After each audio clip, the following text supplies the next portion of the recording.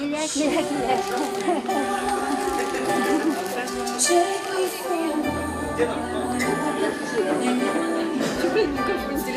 Да, здесь интересно. Дорогие гости, у нас сегодня вечер полный сюрпризов. Посмотрите на наших молодых, как они изменились буквально за 15 минут, пока у нас была дискотека. Алсу, Зуфар, я не знаю, это какой-то сегодня просто... Ваши гости просто улет. Итальянские страсти сегодня кипят у нас. И посмотрите, наверное, опять сейчас нас потребует выкуп. Зуфар, что, деньги будут сразу доставать? Не, не будем. Не будем? Деньги возьмете сразу, если мы от вас откупимся? А сколько? Так, сколько? Наушник не жмите. Ой-ой-ой, нет, это с ума. Вообще категорически нам не подходит.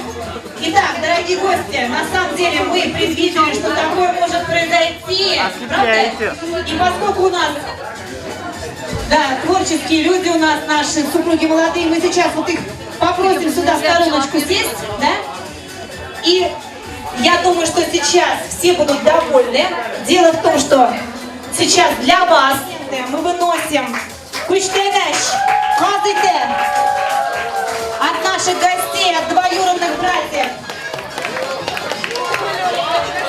Мы сейчас вам покажем целого гостя, чтобы вы не сомневались.